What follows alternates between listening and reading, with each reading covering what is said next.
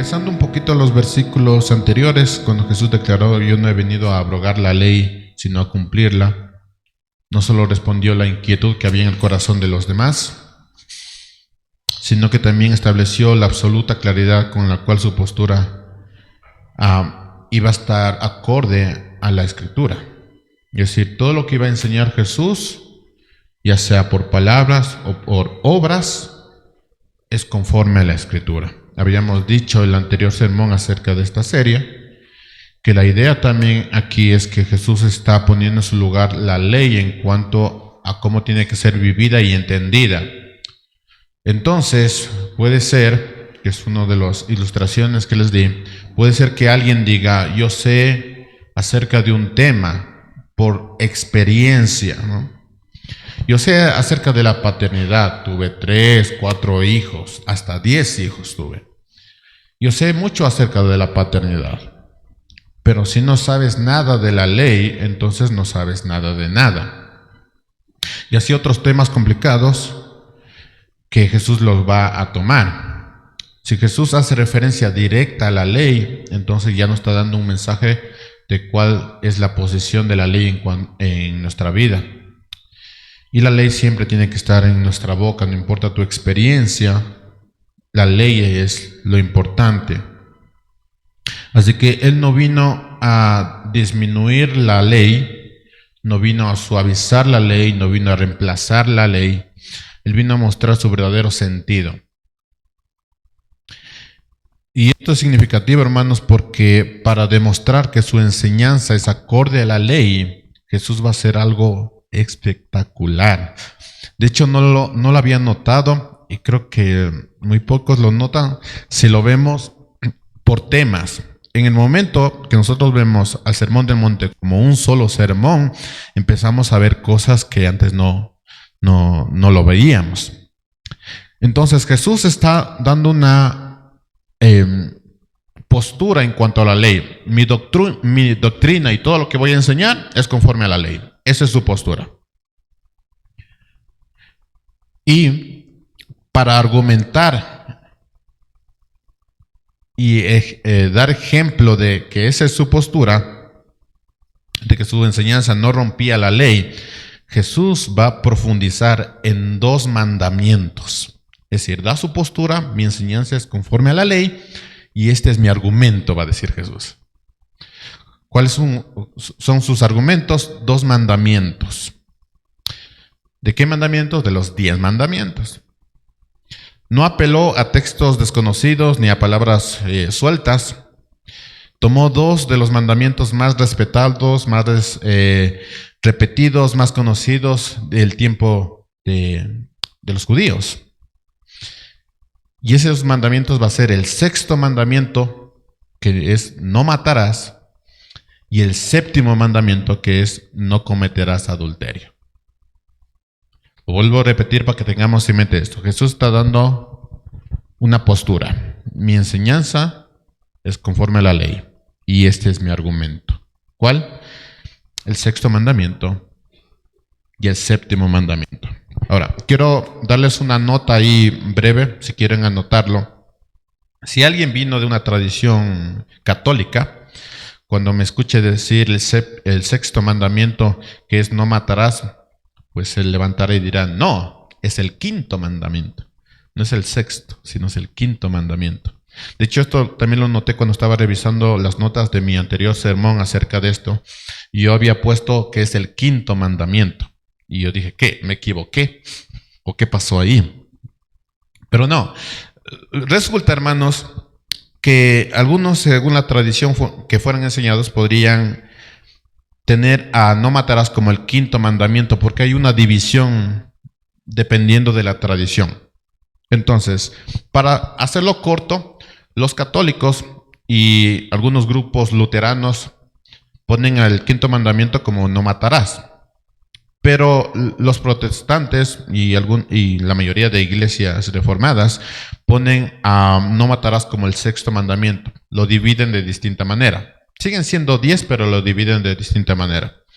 Así que para no confundirles, mis hermanos, más allá del orden y todo lo que está pasando aquí, permítame esta mañana referirme a no matarás como el sexto mandamiento. Si alguien le dice, no es el quinto mandamiento, tranquilos, es un tema de división, pero siguen siendo los mismos mandamientos. Así que me va a escuchar todo el sermón hablar del sexto mandamiento. Así que si usted es católico, tranquilo, no hay problema, sigue siendo el mismo mandamiento. Regresando al punto, a primera vista podríamos pensar que esto es algo extraño. ¿Por qué Jesús no tomó uno de los primeros mandamientos, aquellos que hablan de nuestro deber hacia Dios?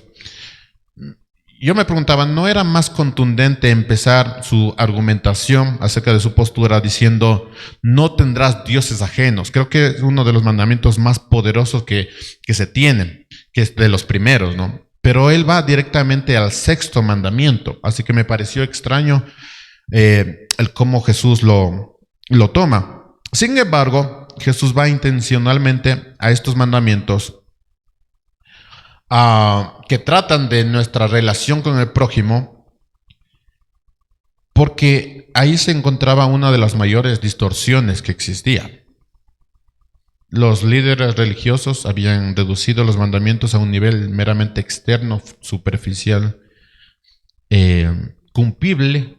Es decir, como no alcanzo el estándar, entonces lo voy a rebajar para llegar al estándar. Eso es lo que decían estas personas. Entonces, la idea de los líderes religiosos era separar la ley del corazón. Recuerden lo que dice Ezequiel, que Dios pondrá en nuestro corazón la ley. Y ese es el sentido de la ley, que hablamos pues el sermón anterior. El sentido de la ley es que nosotros lleguemos a amar a Dios. Si nosotros ponemos los mandamientos a un nivel de solamente hacer las cosas, ya no impacta tanto en nuestro corazón, sino en hacer las cosas. Entonces, estos mandamientos, el sexto y el séptimo, eran conocidos, eran discutidos, eran muy citados, pero profundamente mal entendidos. Eran tan mal entendidos, hermanos, que estos mandamientos se hicieron populares porque solo caían en el tema externo. Y por eso Jesús toma estos mandamientos de manera perfecta para argumentar su postura. En Mateo 5, del 21 al 26, que es el texto que vamos a estar viendo esta mañana, Jesús no está creando una nueva ley, no está diciendo otra cosa. Jesús está revelando la profundidad espiritual que siempre estuvo en la ley, que no es algo, cuidado se desmayen porque yo no soy Pablo, yo no resucito a la gente. Siempre ha estado en la ley. Si ya nos decían los profetas que la ley tiene que estar en nuestro corazón, ya nos habla de cómo funciona la ley. Así que esto no es algo nuevo. Jesús nos va a mostrar que el problema no es en la mano que mata, sino en el corazón que odia. Eso va a tratar de demostrar Jesús. Y todo acorde a la ley que ya fue dada. No está dando otro tipo de ley. Así que ante los ojos de Dios, ese es el centro de todo, ante los ojos de Dios, el odio es la semilla del asesinato. Y el desprecio es la violación del mandamiento de proteger la vida. Y al violar la ley, estamos violando toda la ley. Dicho esto, permítame leer el versículo 21.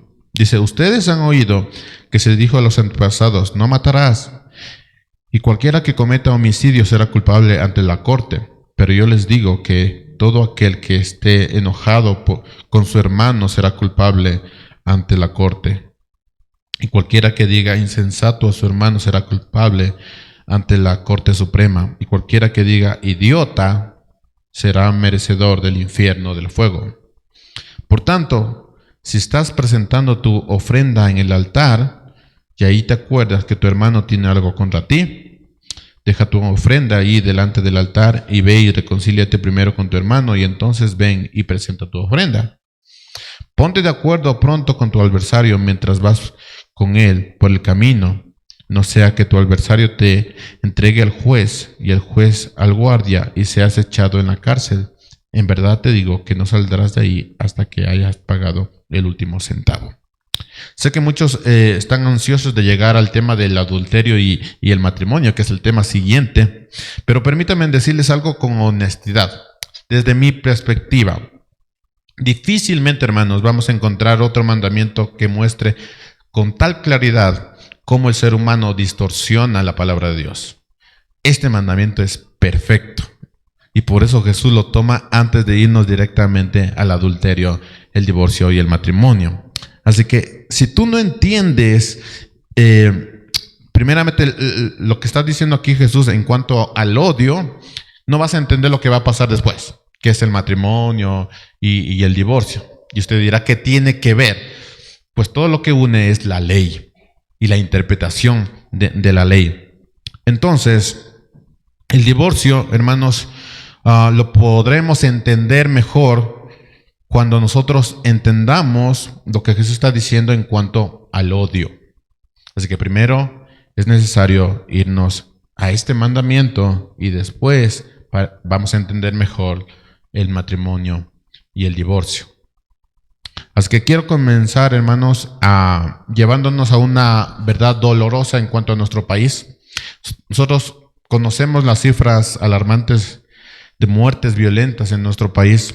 Cada vez crecen más. De hecho, lo leí en un post que decía que el Ecuador ya había superado la cifra de muertes. Ya había superado eso, así que tenemos ya otro nivel. Se dice que las razones comunes por las cuales existen tal cifras de muertes, y esto es en todo el mundo, es por la desigualdad, desempleo, inestabilidad política y delincuencia organizada. Esos son los factores que dan a que nosotros tengamos estas cifras de homicidios, ¿no? Así que es natural que nosotros nos preocupemos y es lógico tomar precauciones porque esa es nuestra realidad diaria, es lo que vivimos. Eso es algo que nadie se inventó, eso hay. Pero no olvidemos, hermanos, que esto también fue real en los días de Jesús. Y para entender sus palabras sí necesitamos transportarnos un poquito a lo que él vivió, porque él vivió en una nación dividida, conflictos internos entre los propios judíos, se peleaban entre ellos, había sectas judías que se peleaban entre ellos, y había una fuerte opresión romana contra cualquiera que dijese que no está de acuerdo con el emperador o con el imperio romano. Entonces, lo que nosotros conocemos hoy como cifras alarmantes de violencia, en el tiempo de Jesús también lo había. Entonces, cuando Jesús toma el sexto mandamiento, la gente se conectó con Jesús porque eso es lo que estaba viviendo. Y nosotros también podemos conectarnos porque eso es lo que estamos viviendo. Hay una película que a mí me gusta, la vi la original y después la vi la que hicieron nueva, pero es una buena película para verla en familia, creo yo. Es larga, pero es una buena película. No sé si han visto Ben-Hur. Es una buena película para verla, ¿no? En vez de verse La Sirenita y esas cosas. Véanse Ben-Hur, es una buena película. No es bíblica, si alguien lo estaba pensando. Si alguien asoció, no, es que Ben-Hur conoció a Jesús. Eso pasó en la Biblia, ¿en qué testamento aparece? No es Biblia, es una película, ¿no? Pero esa película nos ofrece un pequeño vistazo del ambiente hostil, el ambiente tenso, cargado de resentimiento que vivían los judíos bajo el imperio romano. Entonces ahí se nos da una pequeña idea, muy pequeña porque se dice que era peor, ¿no? Y ese es el contexto en que Jesús va a hablar del sexto mandamiento, no matarás. Y la gente normalmente va a pensar que cuando nosotros hablamos de no matar, es aquellos asesinos que engrosan la lista de violencia que tenemos. Así que ellos son, ¿no? Para ellos es ese mandamiento. Y los judíos también pensaban, no, ellos son los culpables. Para ellos es este mandamiento, yo no, porque yo no he matado. Así que Jesús está hablando estas palabras en un mundo lleno de ira, amargura, violencia y desesperanza. Así que Ellos lo entendían profundamente. Además son judíos y además están viviendo este contexto. Pero junto a esa realidad externa había un problema espiritual mucho más preocupante para Jesús. ¿Cuál era ese problema? La mala interpretación de la ley. Así que había un contexto, pero había una mala interpretación de la ley. Y la mala interpretación de la ley era mucho más preocupante que los índices de violencia. Ese era lo más preocupante. Ahora, preguntémonos algo importante aquí, y es, ¿cuál fue la intención de la ley? Jesús resumió la ley en dos grandes mandamientos: amar a Dios con todo nuestro ser y amar al prójimo como a nosotros mismos. Así resumió Jesús la ley. Dicho esto, ¿cuál es la intención de la ley? Toda la ley tiene un propósito. Y eso es formar en nosotros un corazón que ame a Dios y ame al prójimo. Ese es el propósito de la ley. Como bien lo explica John Stott, dice: los escribas y los fariseos estaban procurando restringir la aplicación del sexto mandamiento únicamente al acto de derramar sangre. Y al abstenerse de ese acto, se consideraban a sí mismos cumplidores de la ley. Si la intención, si el propósito de la ley es amar a Dios y amar al prójimo, y nosotros rebajamos la ley a un tema netamente externo, podríamos decir, hemos cumplido la ley. Sin embargo, si el propósito de la ley es amar a Dios y al prójimo, y yo no estoy amando a Dios ni al prójimo cumpliendo la ley, entonces yo no he cumplido la ley. En otras palabras, mientras Dios condena el asesinato y la raíz interna que produce, los fariseos se felicitaban unos a otros diciendo: ¿tú mataste hoy día? No, has cumplido la ley. Felicidades. Así que había un trasfondo en el sexto mandamiento que ciertamente también se daba en un requisito externo, pero los fariseos y los maestros de la ley habían distorsionado todo esto. Y ahí es donde Jesús interviene para mostrarnos que el verdadero problema no está en la mano que mata, sino en el corazón que odia. La justicia, hermanos, que supera a la de los fariseos, porque esa también es la argumentación de Jesús, no es una justicia producida por el esfuerzo humano, sino una justicia dada por Dios, una justicia que transforma el corazón, porque ese es el sentido de la ley. Así que esa obra dada por el Espíritu Santo, que nos hace capaces de amar a Dios y amar al prójimo, es la obra netamente de Dios, no del esfuerzo humano. Y cuando nosotros tenemos esta idea clara, toda nuestra vida y toda nuestra perspectiva cambia al respecto. Por eso, el mandamiento de Jesús toma importancia, porque cuando Él habla del sexto mandamiento, y más adelante va a decir, ámense los unos a los otros, está enfatizando que el sentido de la ley, el cumplimiento de la ley, es amarse los unos a los otros. Y cómo Jesús aborda el sexto mandamiento diciendo, ustedes han escuchado esto, pero yo les digo esto, es perfecto, porque es un texto muy mal interpretado. Es tan mal interpretado, hermanos, que aún saliendo de hoy día, escuchando una interpretación bíblica, posiblemente usted siga con su mala interpretación. Así de mal está ese texto. Digo posiblemente, ruego al Señor que no lo hagamos. Así que matar es la negación absoluta del propósito de Dios.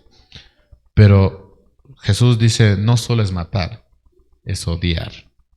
Así que el odio es la negación absoluta del propósito de Dios.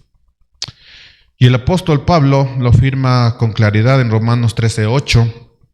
Recuerden que ellos lo sabían más que nosotros.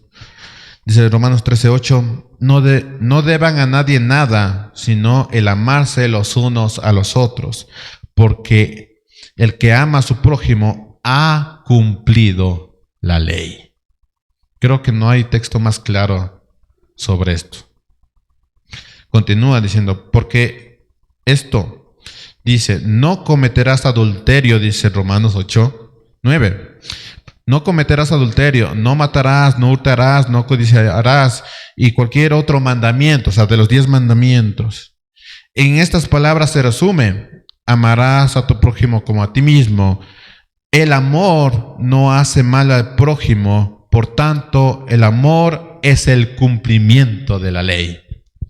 Otra vez, no hay texto más claro acerca de la correcta interpretación de este texto. Ya lo dice Jesús y después lo va a decir Pablo aún más claro todavía. Entonces, hermanos, con esto en mente, acerquémonos a la palabra que Jesús nos está regalando esta mañana acerca del sexto mandamiento y lo vamos a dividir en 3 puntos. Voy a empezar con nuestro primer punto, que es no matarás, versículo 21. Dice, ustedes han oído que se dijo a los antepasados, no matarás, y cualquiera que cometa homicidio será culpable ante la corte. Esto es lo que ustedes escucharon, dice. Entonces Jesús empieza diciendo, ustedes han oído.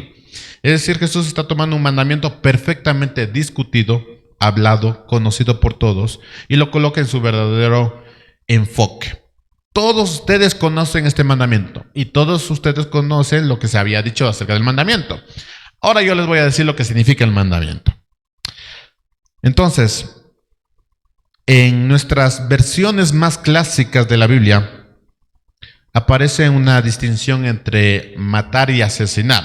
Si usted lee su Biblia, va a notar que hay una distinción ahí. Esto es en las versiones más clásicas. Sin embargo, en versiones más actualizadas notará que claramente dice que la palabra matar lo pone como asesinar, no hay distinción ahí. En otras traducciones lo pone como matar, matar.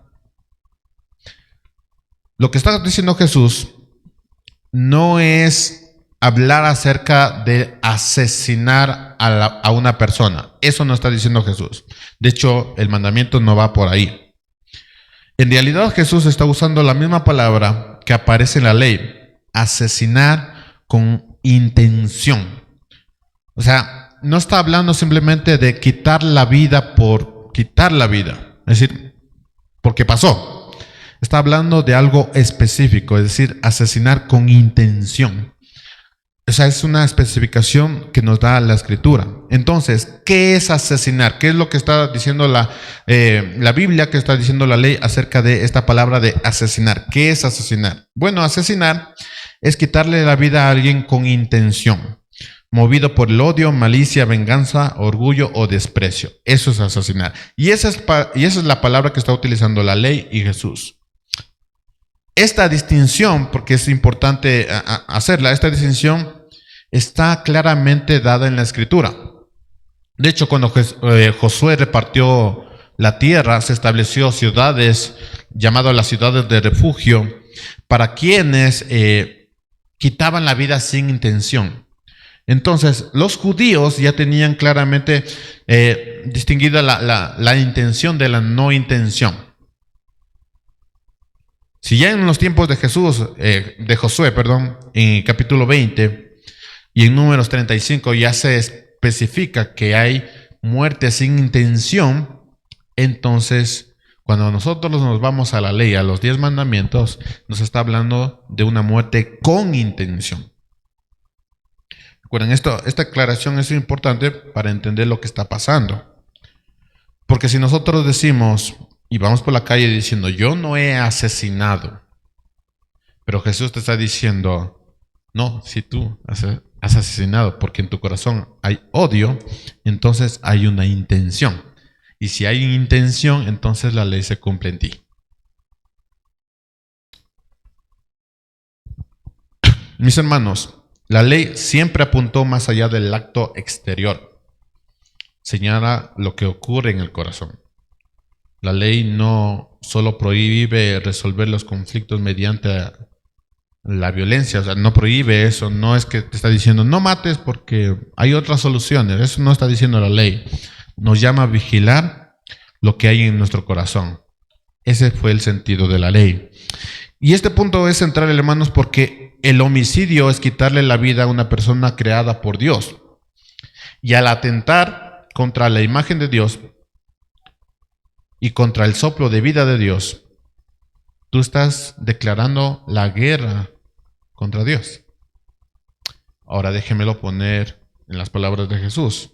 Si tú crees que aquellos asesinos que están incrementando la lista de asesinatos son los malos, Jesús dice, no, tú también lo eres.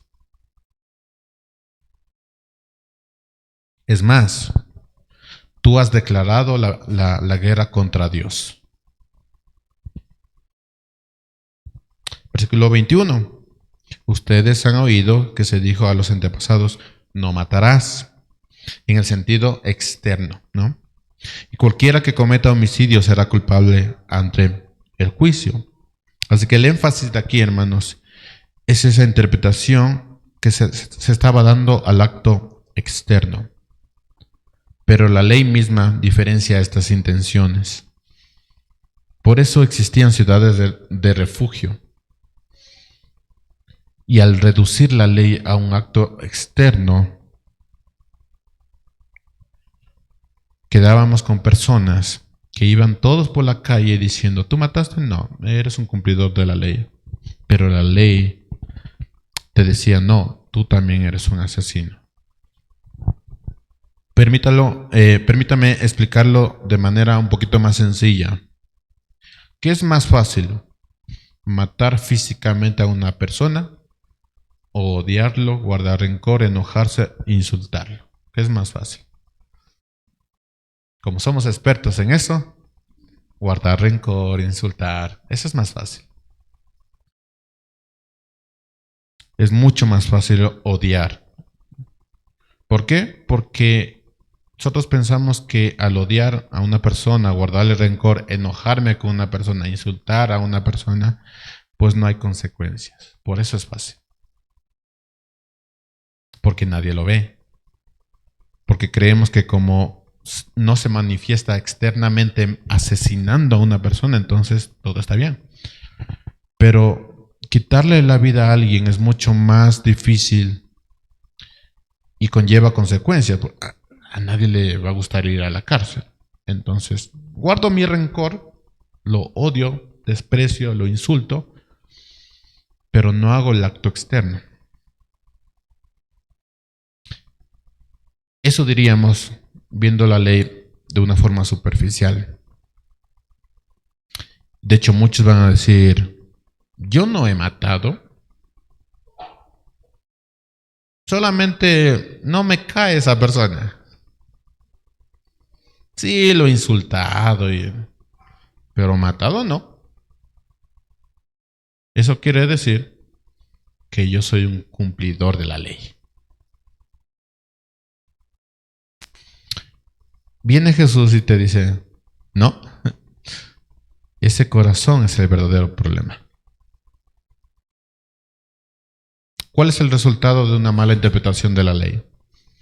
Lo que vamos a obtener es personas que externamente son libres, pero que cargan un corazón lleno de odio, desprecio, insultos, amargura, venganza y resentimiento. Ese es el resultado de una mala interpretación.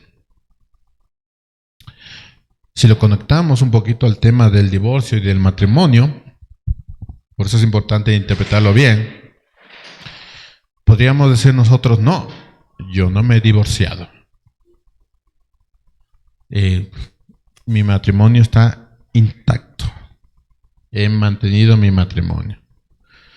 Pero si nos vamos al cumplimiento de la ley, Jesús te va a decir, ¿y cómo está tu matrimonio?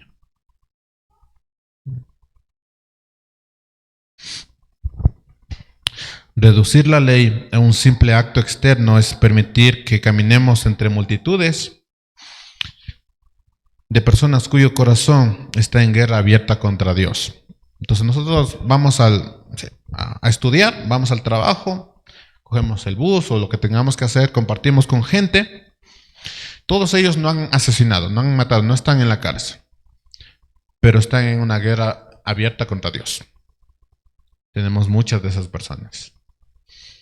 Y esto es profundamente peligroso, hermanos, porque ¿quiénes estaban malinterpretando y quiénes vivían esto? Los líderes religiosos. Solo para que lo vean de la manera que lo está viendo Jesús.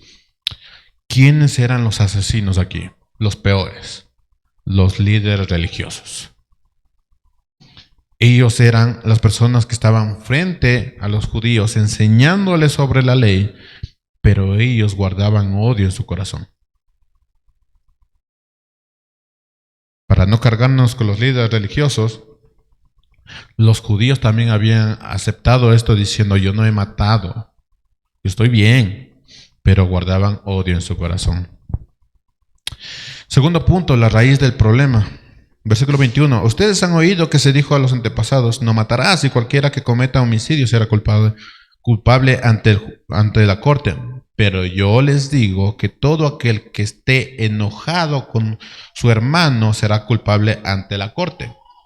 Y cualquiera que diga insensato a su hermano, en otras palabras es: tú no entiendes, eres un necio, tú ya no vas a entender, tú eres un necio.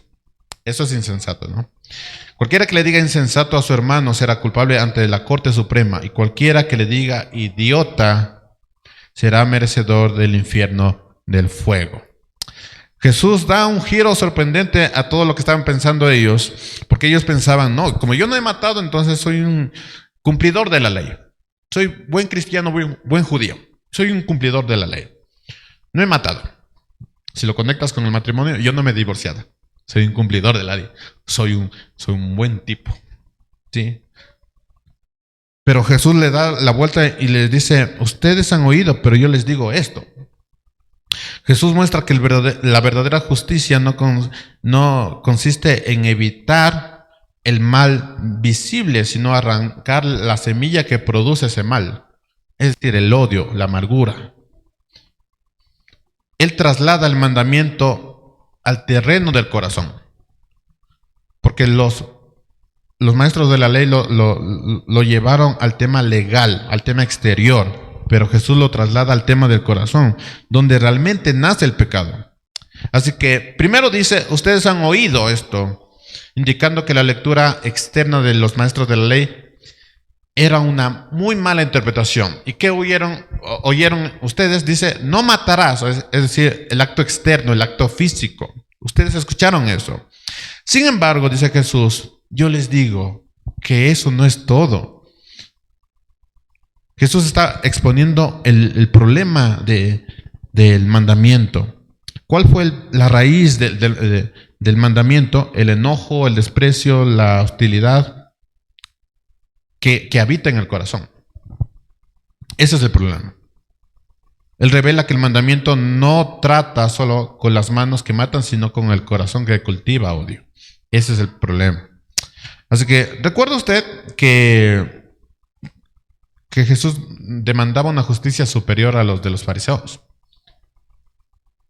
Aquí demuestra que la justicia del reino de Dios, que nace en el corazón, es la justicia que no tenían los fariseos. ¿Qué es justicia? No odiar. Eso está diciendo. ¿Qué es justo? ¿Qué es cumplir la ley? Es amar a Dios y amar a mi prójimo. Eso es justicia. Y esa justicia no la tenían los fariseos. Ellos cumplían la ley externamente, pero internamente no amaban a Dios ni amaban al prójimo. Y esto me conduce a la siguiente pregunta: ¿cómo actúa la justicia de Cristo en un creyente? Bueno, actúa de manera práctica. Jesús lo pone en dos principios. Primero, el sexto mandamiento prohíbe guardar enojo pecaminoso en el corazón. No quiero especificar mucho esto, hermanos, pero no está diciendo: si puedes, no guardes rencor. No, el mandamiento prohíbe no guardar enojo en el corazón. Dice el versículo 22, pero yo les digo que todo aquel que esté enojado con su hermano será culpable ante la corte. No quiero hacerles la pregunta, pero ¿cuántos de ustedes están enojados o estuvieron enojados con su hermano? Pero no están en la cárcel, ¿no? Ahora, no se refiere solamente a los hermanos en la carne, sino también a los hermanos en la fe. ¿Cuántos de ustedes estuvieron enojados? Bueno, la ley dice que no te es permitido enojarte.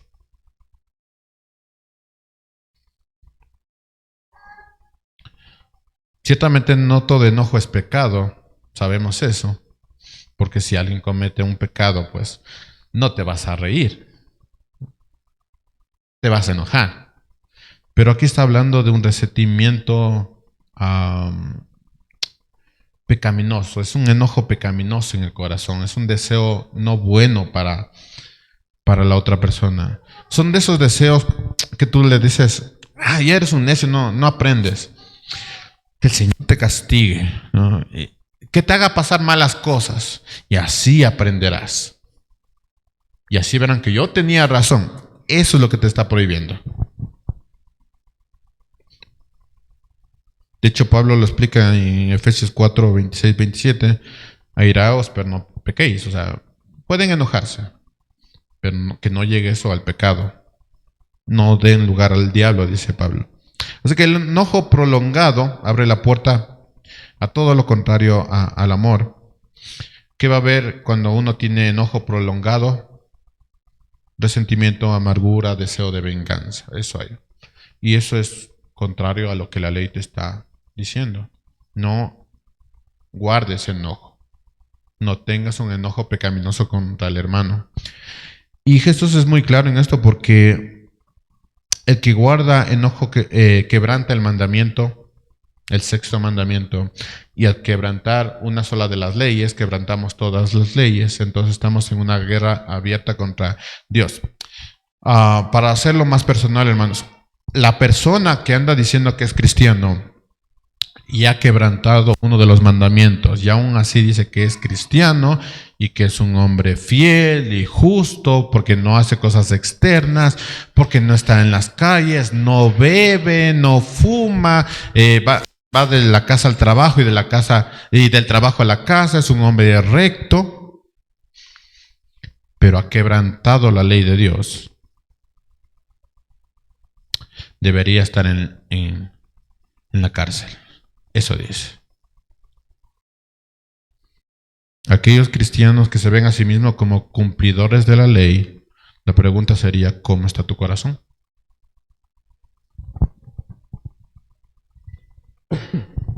De hecho, en Romanos 2.5 dice que cuando nosotros alimentamos el resentimiento, acumulamos ira para el día del juicio.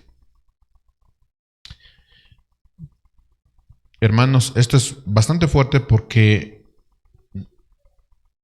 no se nos ha dicho. Y si se nos ha dicho, no hacemos caso. Hermanos, el odio silencioso, el resentimiento interno, también es homicidio.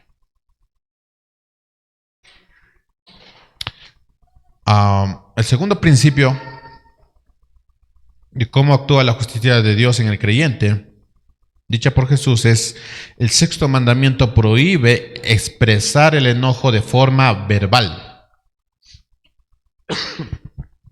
Jesús menciona dos expresiones comunes.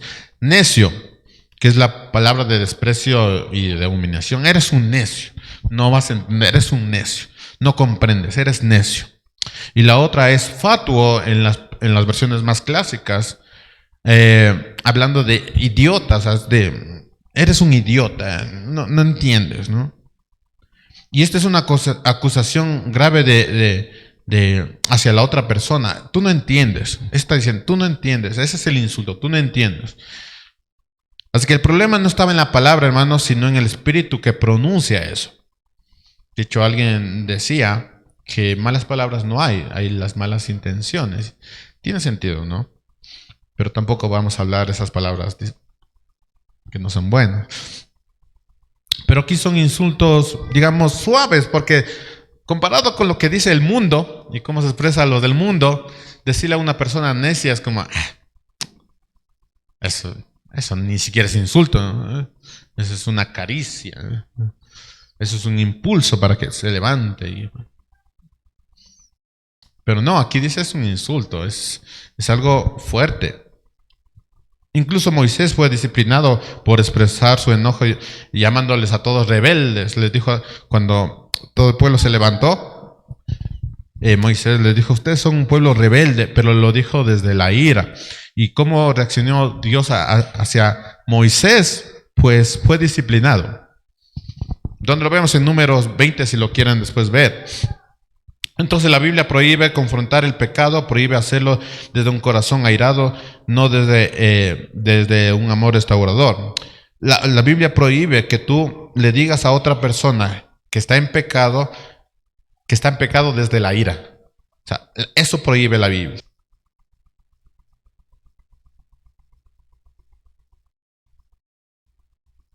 Todo lo que dice la Biblia tiene que ser aplicable a lo que nosotros estamos diciendo. Así que si tú vas con un hermano y ese hermano está en pecado, tus palabras tienen que venir desde el amor restaurador. Y sí, es un amor que confronta, que no suaviza el pecado, pero tiene que venir de un amor restaurador. Y si tú vas con un hermano o con alguna persona y le dices, pues tú eres esto y aquello y vienes desde la ira, pues compárate con Moisés, que fue reprendido por parte de Dios.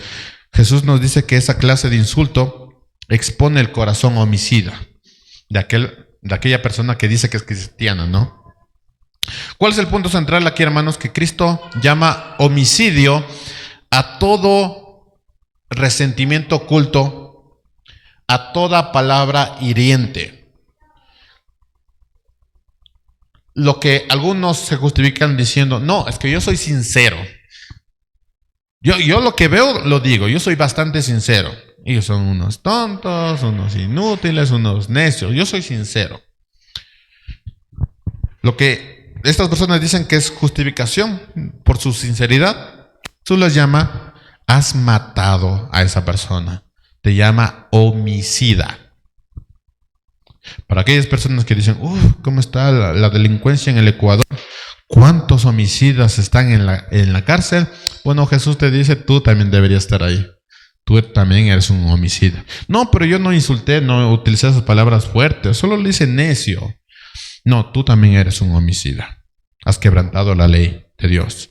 Así que hay que preguntarnos, sí, con honestidad, hermanos, ¿cuántas veces hemos matado a nuestra esposa y a nuestro esposo? ¿Cuántas veces lo hemos matado hoy día? ¿Cuántas veces? ¿Cuántas veces hemos herido de muerte a los hijos? No, que tú no entiendes, de hecho, no entender es necio, ¿no? No es que tú no entiendes, no comprendes. ¿Cuántas veces hemos herido a los hijos de muerte? ¿Cuántas veces hemos destruido a un hermano? ¿Cuántas veces hemos matado en silencio solamente con tener resentimiento contra esa persona? A propósito, el perdonar no es una sugerencia, no es ley. No te dice perdona cuando sientas perdonar, cuando pasa el tiempo. No, eso es ley. Eso es perdona y ya. Un cristiano verdadero lucha todos los días contra esos pecados internos, pero también reconoce que Cristo es el que cambia el corazón. Así que sí necesitamos verdaderamente el Espíritu Santo que habite en nosotros todos los días, porque ciertamente el enojo sí nos consume. Gálatas 5, 22 al 23 habla del Espíritu, de los frutos del Espíritu. ¿Y cuáles son ellos? Amor, paz, gozo, paciencia, mansedumbre, y continúa. Así que necesitamos tener al Espíritu Santo en nosotros porque ciertamente lo necesitamos. Ahora bien, Jesús también nos ofrece la solución, porque primero te está diciendo, esto oyeron, esto oíste o esto interpretaste, pero yo te digo que tú también eres un asesino. ¿Cuál es la solución? Versículo 23 al 26. Ahora, sé que el primer punto vimos la interpretación superficial de los maestros, sé que en el segundo punto vimos cómo Jesús llevaba el mandamiento al corazón, pero aquí nos presenta ya la parte de la solución. Versículo 23. Por tanto, si estás presentando tu ofrenda en el altar y ahí te acuerdas que tu hermano tiene algo contra ti, y no sé si lo notaron, no es que tú tengas algo con tu hermano, sino que el hermano tiene algo contra ti. ¿Lo notaron? No es que tú dices, no, yo no tengo nada contra los hermanos, presento mi ofrenda. Aquí dice, no, si te acuerdas que tu hermano tiene algo contra ti, deja tu ofrenda ahí delante del altar, ve y reconcíliate primero. No dice, no, esa persona tiene que pedirme perdón a mí, porque esa persona me ofendió. No, tú reconcíliate primero. Pero yo no tengo nada contra el hermano, pero el hermano sí tiene algo contra ti. Tú ve y reconcíliate con tu hermano. Ve y reconcíliate primero con tu hermano y entonces ve y presenta tu ofrenda. Ponte de acuerdo con tu adversario mientras vas con él por el camino o por la vida, ¿no? No sea que tu adversario te entregue al juez y el juez al guardia y seas echado a la cárcel. En verdad te digo que no saldrás de ahí hasta que hayas pagado el último centavo. Noten que Jesús no deja al discípulo en la culpa ni en la confrontación. No le dice, tú eres un asesino. Es verdad, pero no lo deja ahí. Le ofrece un camino hacia la sanidad. Y ese camino es tan radical como demanda una justicia interior. ¿Cuál es ese camino? Ve y reconcíliate primero con tu hermano. Ese es el camino. ¿Y por qué es radical? Porque nos cuesta. Porque no nos gusta. Ve y reconcíliate. Y a su vez nos dice cosas puntuales, hermanos. La primera cosa es que la adoración no puede reemplazar la reconciliación. Aquellos hermanos que les encanta cantar, adorar, escuchar la música, servir al Señor, que dicen, no, yo quiero servirle al Señor toda la vida, todo. Bueno, Jesús lo pone en una escena profunda. Él dice, un hombre puede estar en el templo, un hombre puede presentar sus ofrendas, puede ser claro en el tema económico, y decirle esto es para el Señor, y puede ser muy claro en eso, puede servir. Un hombre puede estar en el templo todos los días que quiere, puede escuchar la palabra de Dios todos los días que quiere. Pero si ese hombre se recuerda que su hermano tiene algo contra él, Jesús le dice, detente, deja tu ofrenda, reconcíliate primero y luego vuelve. Lo que Jesús está diciendo es que ningún acto religioso, hermanos, escúchenme bien porque ese era el problema de los fariseos. Ningún acto religioso, tú puedes orar, tú puedes servir, tú puedes dar tu diezmo, tú puedes tener un ministerio, tú puedes adorar lo que quieras, pero ninguno de esos actos religiosos compensa un corazón que se rehúsa a la paz. Tú puedes hacer lo que te dé la gana en el templo, comportarte como el cristiano más perfecto del mundo, pero ninguno de esos actos externos va a cambiar tu corazón. Para Dios, una relación rota es un crimen. Así que puedes hacer lo que quieras. Si te enojas con tu hermano, vas a la cárcel. Si lo insultas, vas a la cárcel. Pero es que yo trabajé en la iglesia, yo estuve en la iglesia, escuché sermones, soy un hombre divino, hermoso. Ninguno de esos actos externos cambiará tu corazón. La segunda cosa que vemos aquí brevemente es que el problema no solo es lo que hiciste, sino lo que permitiste que se dé. Hermanos, el tiempo no cura el pecado. Por si acaso hay alguien que diga, no, es que hace tiempos alguien me hirió y yo tuve un resentimiento con esa persona. El tiempo no cura el pecado. Así que pueden pasar años y sigue siendo el mismo pecado. Ignorar el conflicto tampoco quita el pecado. Como no me cae, voy a virar así y no la saludo y entonces todo está bien. Somos de la misma iglesia, pero Voy a ignorar el pecado. No lo confronto. No hago nada con eso. Bueno, ignorar el pecado no quita el pecado. La indiferencia religiosa tampoco quita el pecado. Esa indiferencia de voy a servir, voy a adorar, voy a cantar, voy a orar, voy a leer la Biblia, voy a hacer un montón de cosas en cuanto a las disciplinas espirituales, pero eso no quita el pecado. Es más, revela un corazón que aún no ha entendido cuál es la justicia de Dios. Y por eso Jesús muestra que cuando nosotros nos rehusamos a reconciliarnos, no solo quebrantamos el sexto mandamiento, sino que también estamos quebrantando el que es más grande todavía. Ama a tu prójimo como a ti mismo. Es una lucha abierta contra la misma ley de Dios. Y si alguien pensaba, no, es que los fariseos eran los malos, los criminales son los malos. Piénsalo de nuevo.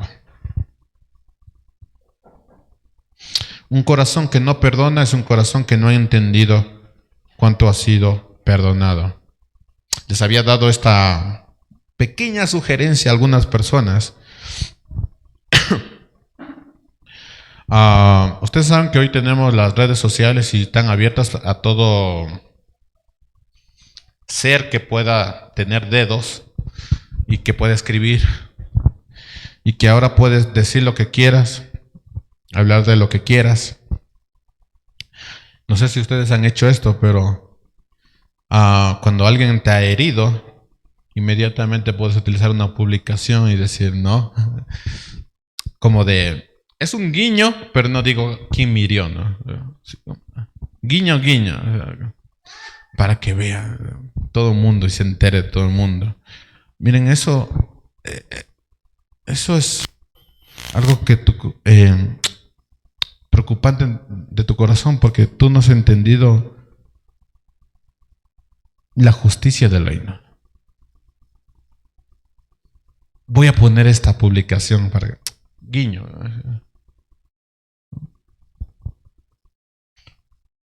O voy a poner un like porque esta publicación me encanta, ¿no? Tú tienes un problema y fuerte. Tú no has entendido que el corazón que no perdona no ha sido perdonado. Así que sí, publica nomás todo lo que quieras.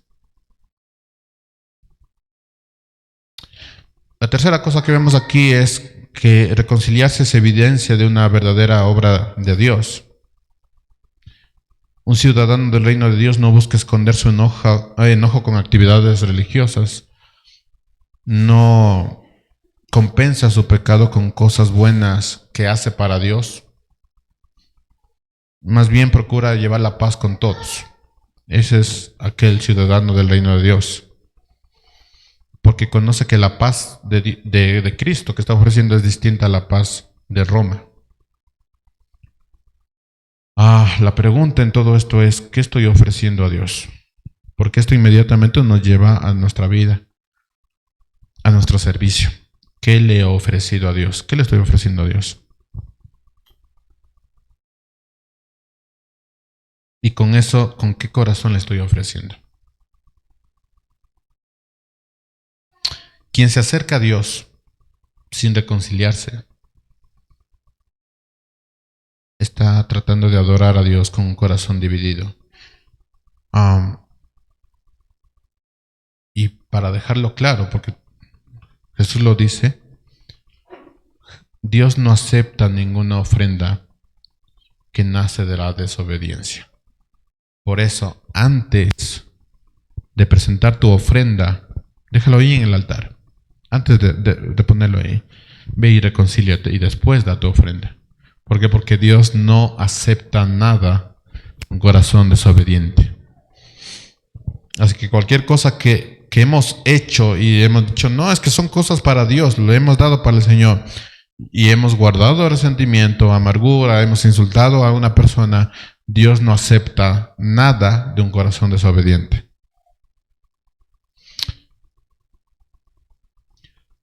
Y la cuarta cosa es la urgencia del perdón, hermanos. Jesús remata con una advertencia práctica en el versículo 25. Él dice, ponte de acuerdo pronto con tu adversario. No dice después de un tiempo, cuando todo haya pasado.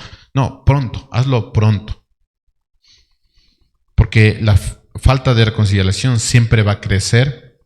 El pecado no se elimina con el tiempo, hermanos, más bien va creciendo. Termina siendo una persona que exteriormente sí puede ser un buen ciudadano, un buen cristiano, un buen padre, pero en cuanto a la relación con Dios, nada. Entonces, la falta de reconciliación siempre va a crecer. La herida no se trata, la herida no tratada se infecta. El conflicto pospuesto cobra intereses. Así que siempre va a haber cosas muy malas, muy destructivas, si no aprendes a perdonar inmediatamente. Ponte de acuerdo con tu adversario. Y por eso la solución de Jesús es inmediata. No guardes un tiempito, no cuando todo haya pasado y estamos más creciditos. No. Ponte de acuerdo pronto. O sea, ve y reconcíliate, hazlo pronto, hazlo hoy, porque es posible que vayas a la cárcel. Bueno, no es posible, vas a la cárcel. Y esto no por obligación religiosa de, ay, es que me dijeron, es que yo tengo que hacer. No, es porque la justicia de Dios ha transformado mi vida y me ha dicho que no soy tan bueno como yo pensaba. Así que para que la justicia de Dios se aplique a mi vida, yo voy y me reconcilio con mi hermano. De corazón. No como de esos de, sí, porque me obligó la Biblia. Porque he entendido que el Señor me ha perdonado, por tanto yo perdono. Mis hermanos, Jesús nos recuerda que el sexto mandamiento no se limita a no matar. Él va mucho más profundo, nos muestra que la verdadera raíz del pecado no está en las manos, sino en el corazón que alimenta el enojo, desprecio, palabras que lastiman. Jesús nos recuerda que aquella persona que dice, no, es mi carácter de enojarme cuando, bueno, eres un asesino, esto está diciendo. No, pero yo no maté, yo no tengo ninguna deuda con el Estado ni con la justicia. No, eres un asesino. Pero soy un buen padre, un buen trabajador. No, sigue siendo un asesino.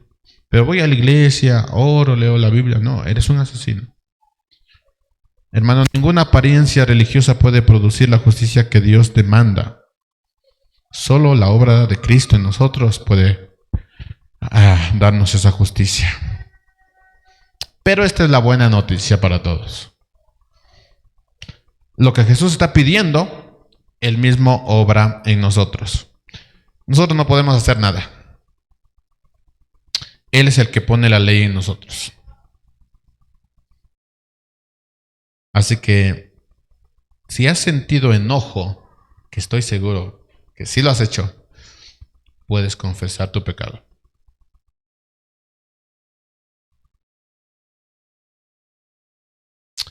Si piensas, creo que hay alguien aquí que tiene algo contra mí, ve y arregla el problema.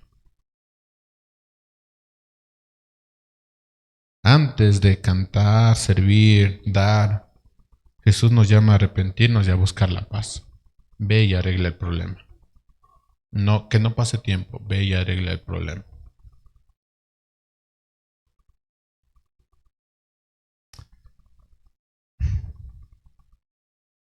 Que el Señor nos conceda un corazón arrepentido, donde Él reine.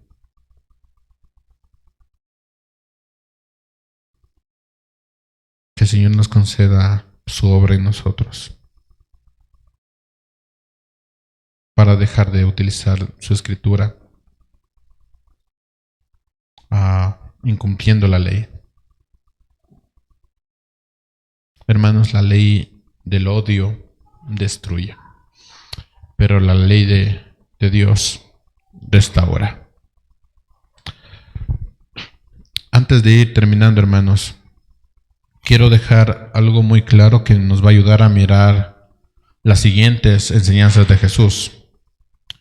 Cuando Él pasa al séptimo mandamiento, hablando del matrimonio, el divorcio y el adulterio, Él llega a una conclusión. Todo esto se da por la dureza del corazón. En otras palabras, ya sea que hablemos del enojo que lleva a la destrucción, o de la infidelidad que rompe el matrimonio, todo nace en la dureza del corazón. Si alguien aquí dice, no, yo mantuve mi matrimonio, pero has quebrantado el sexto mandamiento de no enojarte con tu hermano, has quebrantado todos los mandamientos. La pregunta sería, ¿de qué tienes que enorgullecerte? ¿Qué tienes que decir delante del juez justo?